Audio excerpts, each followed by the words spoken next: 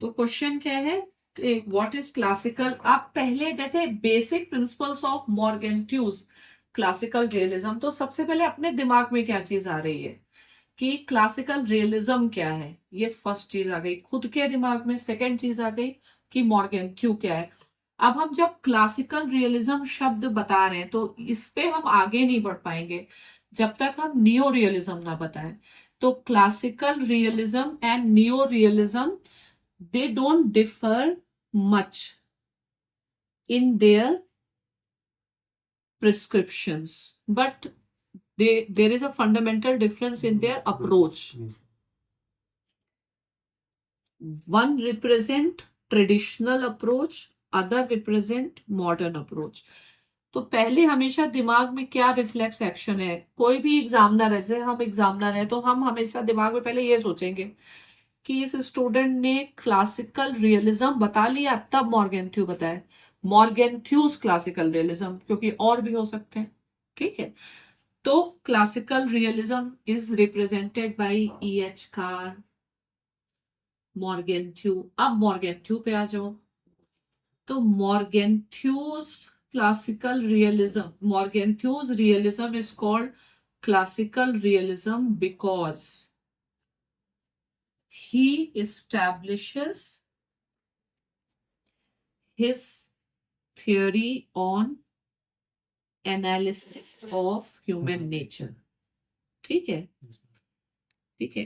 Now enumerate the basic principles. अब basic principles या he has given 6 basic principles in his book का नाम politics among Nations, which can be studied which can be understood as following।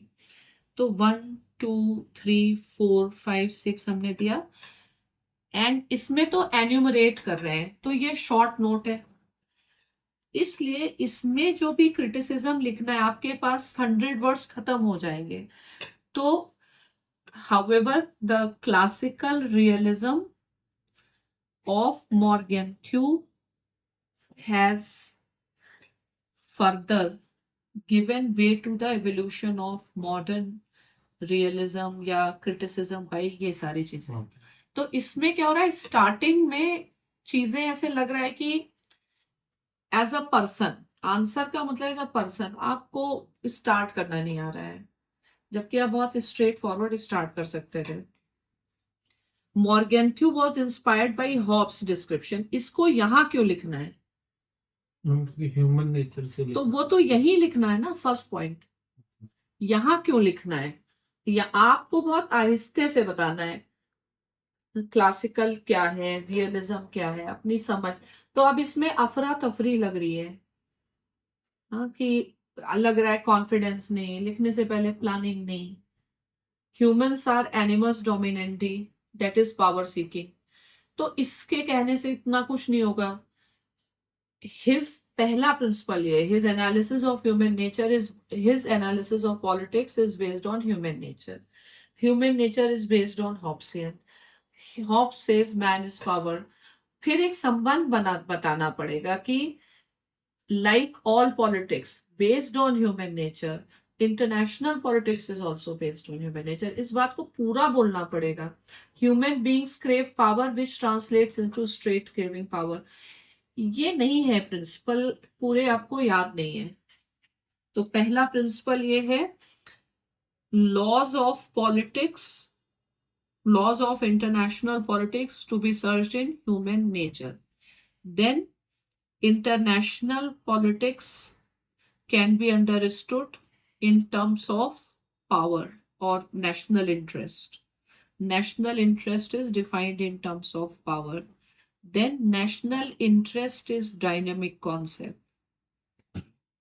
फिर 2 principal ये हैं इसमें, एक principal है कि universal moral principles do not apply in case of states.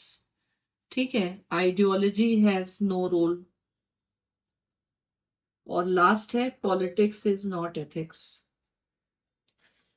ठीक है, तो 10 इंटरनेशनल पॉलिटिक्स, आप प्रिंसिपल और एक्सप्लेनेशन, ये टू द पॉइंट प्रिंसिपल्स नहीं, ये तो फिर कुछ मतलब जहां पे बिल्कुल टू द पॉइंट है वहां पे इसमें ऐसे मार्क्स नहीं मिलेगा।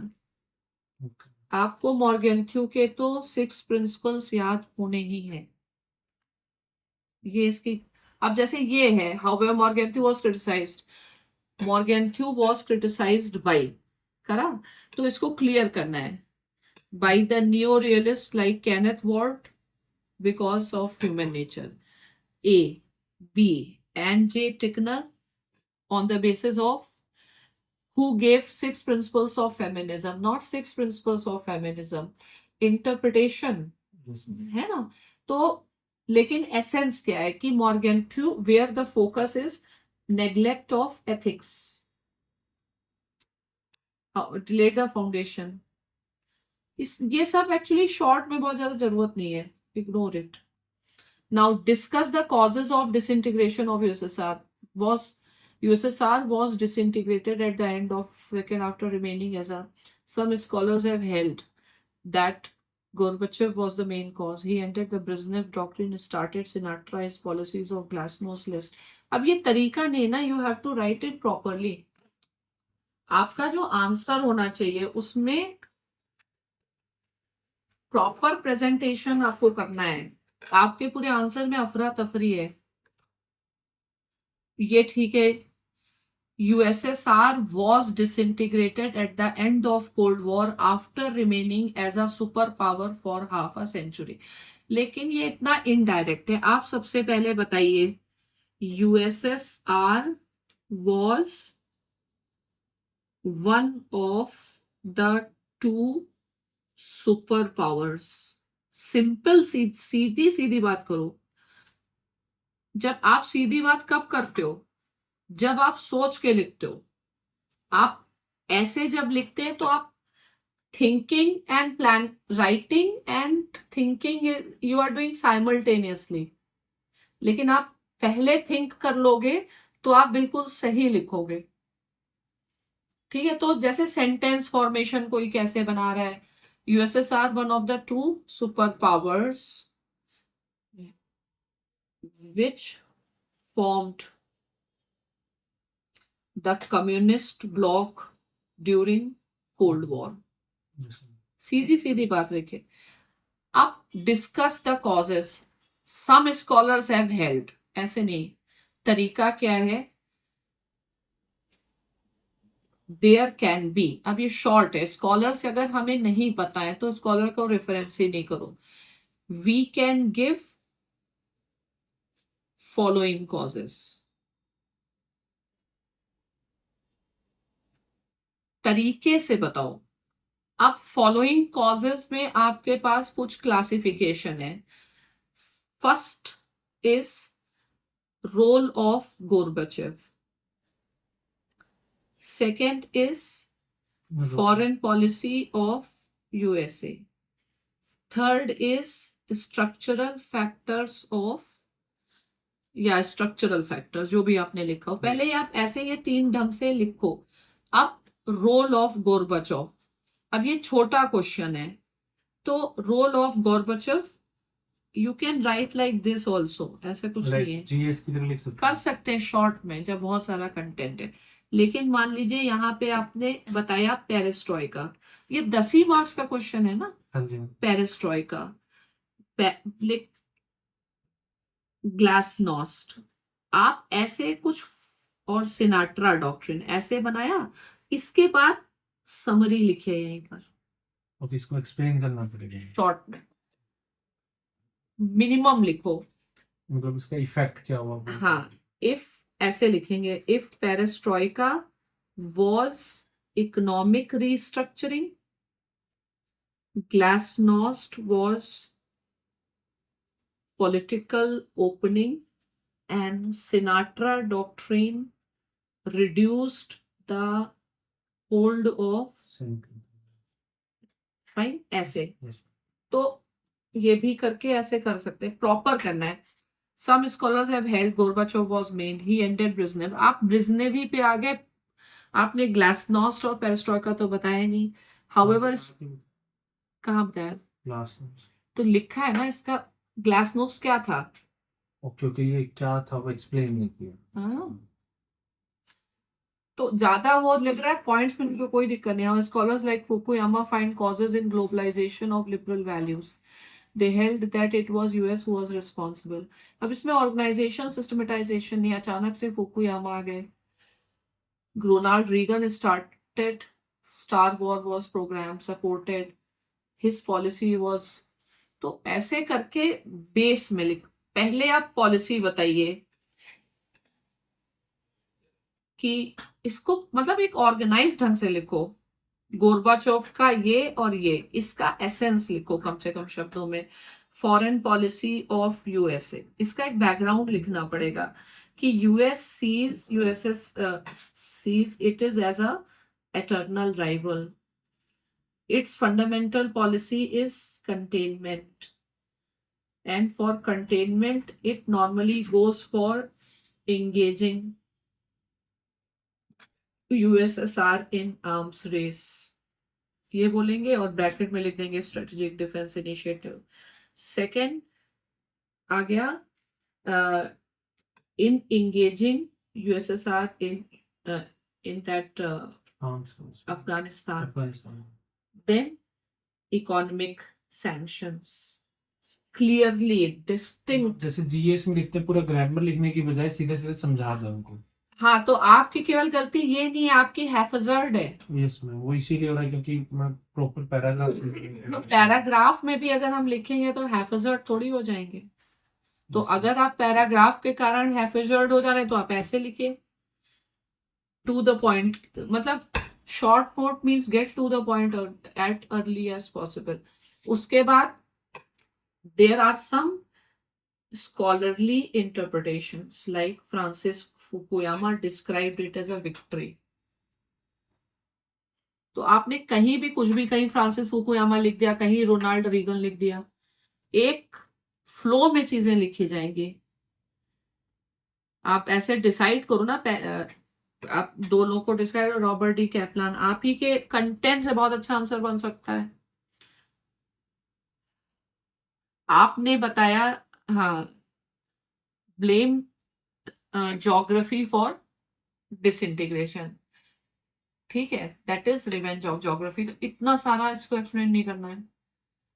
उसकी जो स्कॉलर की बात है उसको बहुत एक्सप्लेन नहीं करना है, एक्सप्लेनेशन को ढंग से रिप्रेजेंट करना है। हाँ, पहले तो अब इसकी क्या क्या दिक्कतें हैं, हैफजर्ड है, ठीक है। Next concept, national interest is a pseudo theory.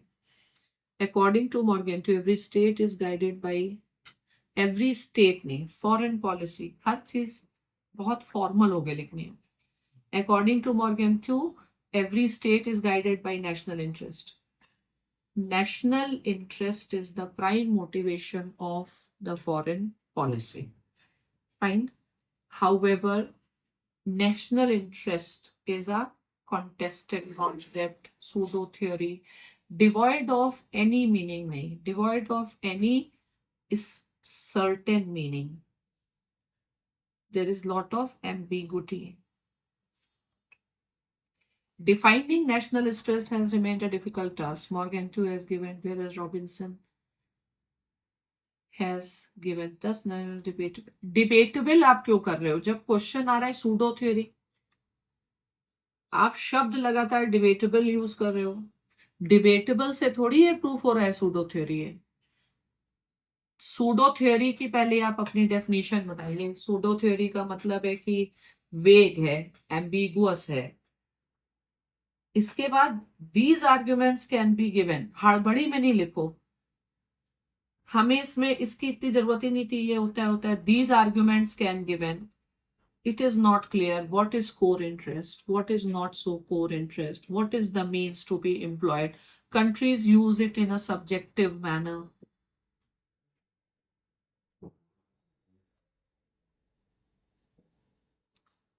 Although defining national state and the term is, we cannot call it a pseudo concept. तो आप कैसे कह सकते हैं सूडो कॉन्सेप्ट नहीं है? सूडो कॉन्सेप्ट तो है। उसको ऐसे संकर की जो लाइन है कि नेशनल इंटरेस्ट से काम करेगा, तो उससे क्या होता है? ये कह रहे हैं नेशनल इंटरेस्ट, इसलिए क्या दिख रहा है कि आपको उस कॉन्सेप्ट की पकड़ नहीं, और आपने अननेसेसरली इसको गलत कर दिया। लिंक करने की जरूरत नहीं है। हाँ, बिना मतलब। इसलिए नेशनल इंटरेस्ट सूडो थ्योरी है, थ्योरी है ही नहीं वो। बहुत एम्बिगुअस सा कॉन्सेप्ट है, बहुत सब्जेक्टिव सा कॉन्सेप्ट है। क्यों सब्जेक्टिव है? क्योंकि ये नहीं बताया जा सकता है कोर कौन सा है, ये कौन सा है। यूएस कहता है कि साउथ चाइना सी हमारा कोर इंटरेस्ट है, तो ये चीजें बताना है। हम इसमें वो कॉन्सेप्ट आ सकते हैं सिक्योरिटाइजेशन वाला, जो कि कुछ भी चीज को बोल ना सकते हैं। नहीं ना, जबरदस्ती कुछ नहीं करना है, सिंपल आंसर क्यों नहीं लिखते हो? और तुम मतलब don't try to show off anything. Basically, political economy approach works at the interference of politics. It is descriptive and prescriptive. Political has been एकदम क्रिटिसाइज करने लग गए। जब लिमिटेशंस ऑफ पॉलिटिकल इकोनॉमी बताए तो आप कुछ बताओ तो क्या होता है। In political economy we study economic policies, there are different branches, पहले वो बताना है। फिर आपके पूरे आंसर में आपके क्वेश्चन 1 से क्वेश्चन 8 तक कोहरेंस होनी चाहिए। कहीं आप कोई पैटर्न फॉलो करने लगते हैं, कहीं कोई पैटर्न। जब तक एग्जामिनर का दिमाग सेट हो कि ये बच्चा ऐसे लिखेगा, तब तक आपका पैटर्न नहीं बदल जा रहा है। There has to be a pattern throughout the paper. अब यहाँ पॉलिटिकल इकोनॉमी को डिस्कस ही नहीं किया और क्रिटिसिज्म हो गया, not being value for example Adam Smith और स्पेलिंग्स जो has been criticised, reductionist, it ignores the contribution of. ये कहीं आपने पढ़ा है? ये क्या? सैमुअल पी हंटिंगटन ने ऐसा कहा है। पता नहीं। हाँ, तो until unless you are not sure, don't put it। क्योंकि ये बहुत बिल्कुल, या तो ऐसे करें। अब इसमें जब तक हम पॉलिटिकल इकोनॉमी की अपनी समझ नहीं दिखा पा रहे हैं, तो हम जो लिमिटेशंस लिख रहे हैं तो वो रटे हैं। वो ये नहीं चाहते कि आपने रट के चीजें लिखी। क्योंकि पहले उसको एक्सप्लेन करना पड़ेगा। हाँ, हर क्वेश्चन को नए सिरे से समझिए कि हर बेसिस को हम एक्सप्लेन करके आगे जा रहे हैं। Discuss the changing nature of pressure group politics in developing countries. Play the role of interest articulation. Explained as explained by। ये सेंटेंस सब, ये सब हड़बड़ी दिख रही है। Pressure groups play a key role, key input role in political systems. Political systems में pressure groups have an important role. Their function is interest articulation. They are known as invisible empire. Nature of pressure group politics has been described. Changing nature in developing countries. However, their nature is changing. तो पहले क्या था? Change बिना पुराने से अभी कैसे? Due to process of liberalisation, privatisation. तो पहले क्या था? पहले ये था, इसको आपको मॉडल के थ्रू लिखना पड़ेगा। आप अपने से कैसे बता रहे हैं कि कैसे चेंज हो रहा है? तो आपको बताना होगा वो डेनियल बेल और या किस किस को, कोई जो भी थिंकर हमने लिखाए होंगे। अभी तो बहुत मैंने पढ़ा है कि ये बताते हैं ना कि कम्युनल से यस मैम। वो है चेंज। ठीक है, ये तो इंडियन का आपने लिख दिया। आपने तो लिखा इंडिया में कैसे चेंज हो रहा है।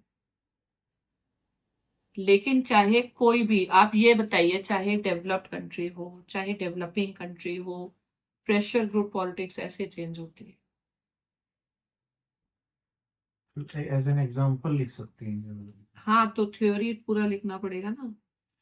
Nature of this group is changing, Myron Weiner, nature of changing. Changing changing करके अलग क्या चेंजिंग? ये तो आपने सही लिखा है। फिर प्रोटेक्टिव टू डेवलपमेंट, ये इन्होंने कहा भी है। मैम ये तो उनका पूरा है हमने। ये पार्टी सिस्टम पे है, इनका पोर्शन ग्रुप पे कहा है। नहीं मैम, उनका तो है। How is the role of protective groups ऐसे। आरसेप डील लिखने में बहुत आपको केयरफुली फार्मर प्रोटेस्ट एक्सेट्रा, ऐसे नहीं, RCEP deal farmer protest, role of protective pressure groups. Realism is a school of thought that emphasizes the competitive and conflictual side of international relations, has been meta-narrative in the Eastern. अब ये जैसे main question इस पे तो है ही नहीं कि किस कहाँ से आया. मेन क्वेश्चन तो ये है कि इससे competitive and conflictual side international relations की पता चलती. Realism is a school of thought that emphasize competitive and conflictual side of international relation. तो इसे कैसे बनाना था? International relations is a complex field. There are different schools of international relations. Idealism उसको If idealism, liberalism, they look it in a cooperative sense. Realism look it into competitive sense. The reason they look into competitive sense, the classical realists find problem in human nature. They find in structure of international politics. Up because competitive and conflictual hai, they say that there is a security dilemma. How to manage this competitive and conflict? They suggest nations will go for balance of power or nations will go for hegemony. तो इन चीजों में marks, आप इतना कौटिल्य वटिल्य पढ़े कि नहीं? आपने तो answer intellectual precursors of realism लिखना चालू कर दिया. ये तो बाद में कहीं आ सकता था.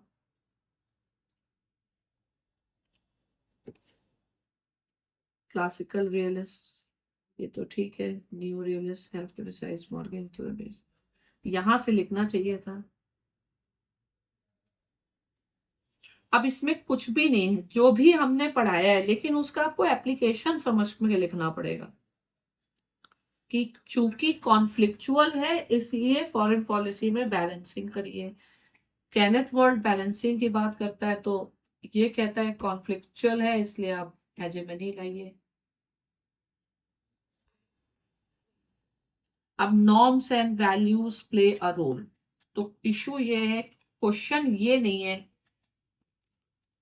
क्वेश्चन ये है कि रियलिज्म जो है कॉम्पिटेटिव एंड कॉन्फ्लिक्चुअल साइड को बताता है.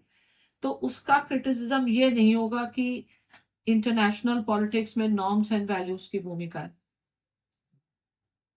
उसका ये होगा कि अगर रियलिस्ट लोग ये बताते हैं तो लिबरल लोग ये बताते हैं.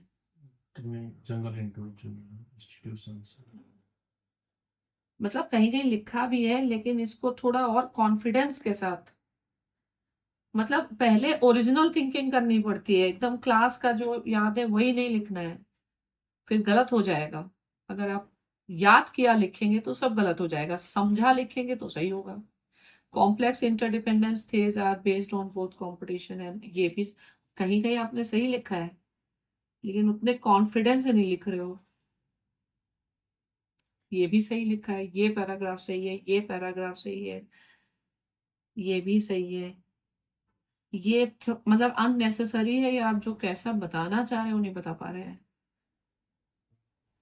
ये फिर भी सही है, लेकिन शुरू में एक थीसिस बनाई जाती है कि ये क्या कहना चाह रहा है. क्या हमें क्वेश्चन क्लियर हो रहा है?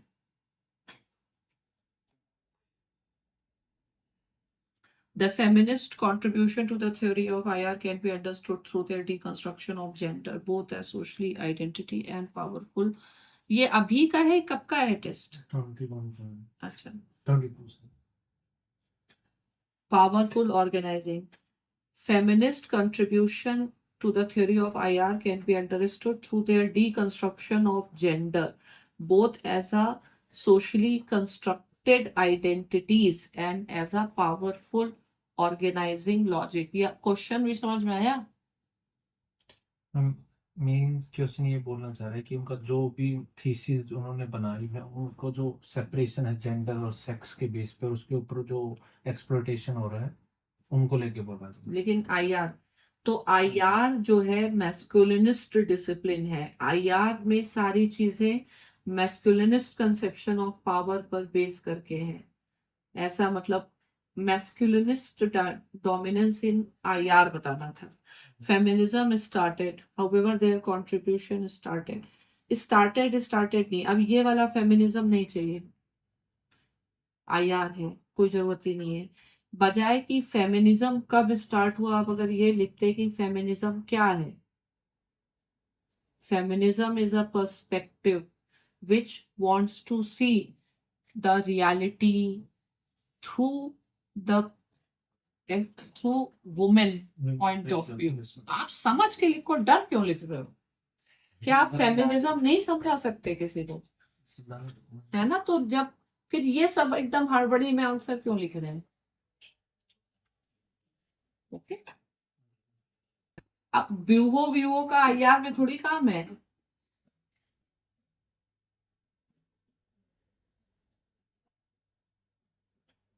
चलो, जब तुम्हें इतना सारा ये अभी भी याद है सब.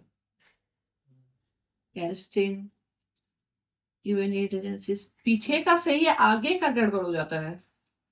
आगे के बहुत अननेसेसरी कर लेते हो. फेमिनिज्म क्या है? फेमिनिज्म वालों ने इंटरनेशनल पॉलिटिक्स को कैसे पढ़ा गया उसका एक पर्सपेक्टिव दिया.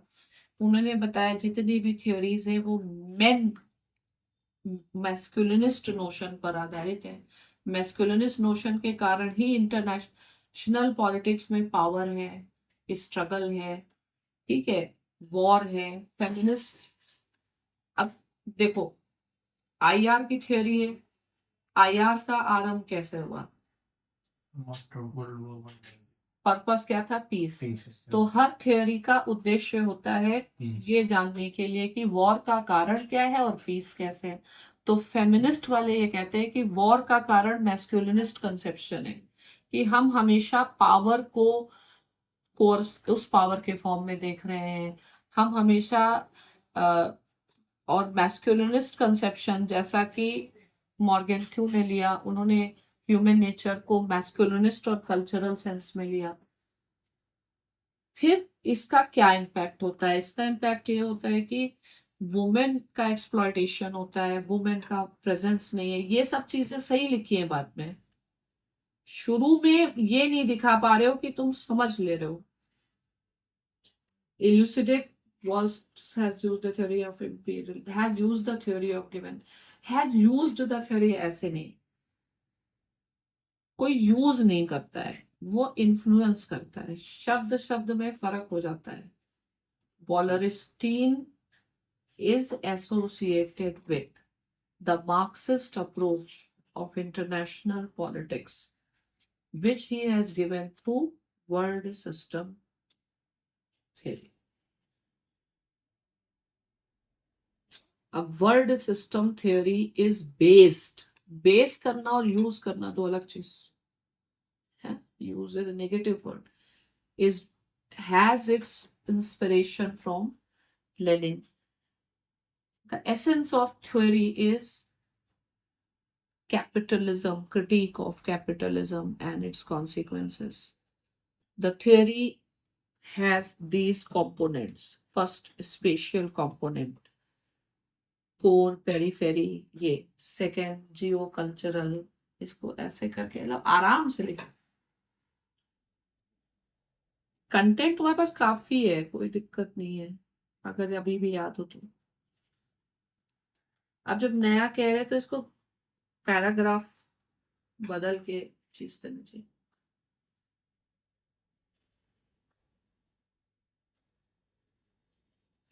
एशले कौन? Richard Ashley. तेरा तो पूरा नाम ऐसे लिखो, एशले आर लिखो.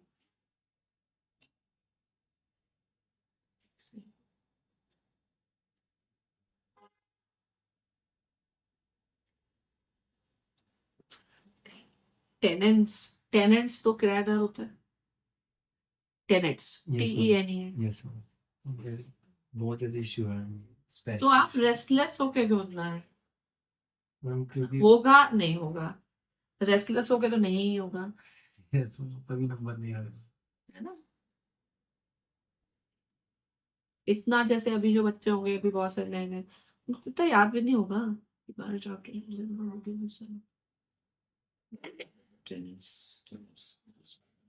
क्वेश्चन है।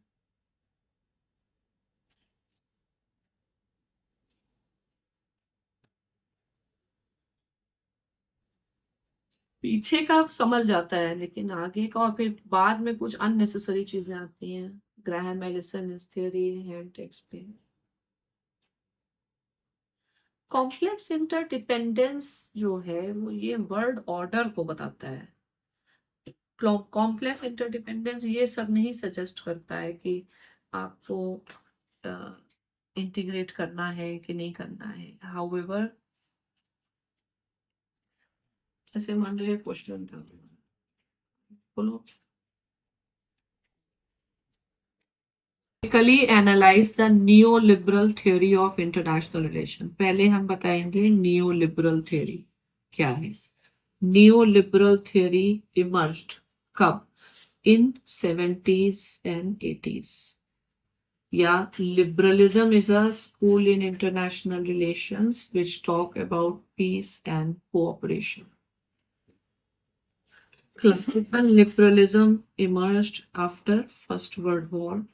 Neoliberalism emerged later on, which added scientific or behavioral approaches. Among the prominent neoliberal theorists is Kehon and Nye, who have given the complex interdependence. Now, what is complex interdependence? It is a descriptive theory. It describes the word order. ठीक है, कैसा word order होता है? तो word order is in the state of complex interdependence. Complex interdependence is a combination of realism and liberalism. Complex interdependence is ये जो है it counters a structural realist view that international politics is anarchical. It also counters the view that there is a simple interdependence. Now, the main points of complex interdependence is there is not one actor, multiple actor, not one issue, many issues. Or critically analyze.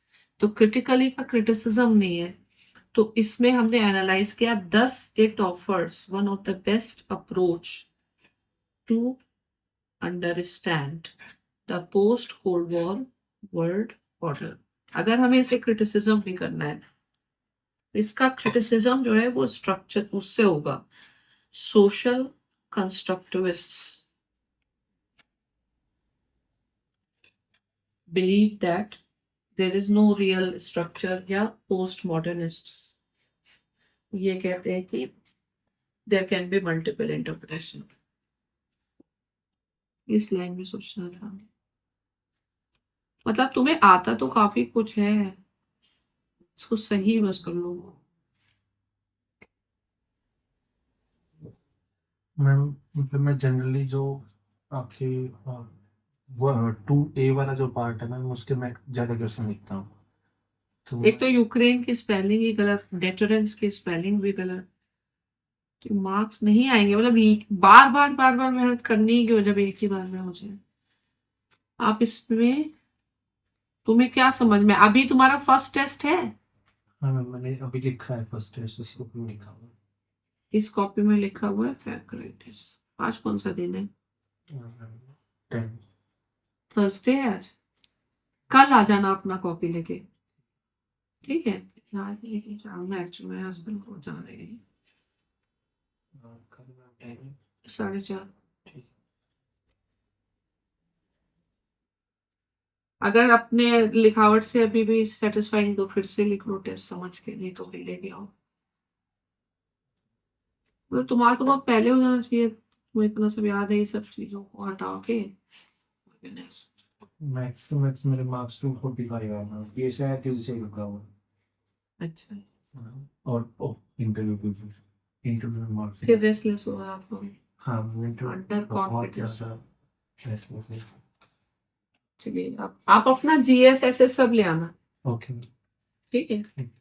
जहां जहां गलती कर रहे होंगे, आपके जहां जहां strong point है उसको बढ़ाएंगे. इसमें तो आपको तो पता ही है, बट पेपर 1 ले आना अपना। पेपर 2 में मेरे मार्क्स आ रहे हैं मैम, इसको यूज करके, पोल साइंस को यूज करके 118 आए थे, वो भी बढ़ सकते हैं बट अब चलो एक एक चीज सुधारते हैं ना, पहले आप कल अपना पेपर 1 ले आना। कर दिया ना टेस्ट? पेपर 1 कौन सा टेस्ट किया आपने? पोल साइंस पेपर 1, हाँ मैम ऑलरेडी वो ले आओ हाँ। कल।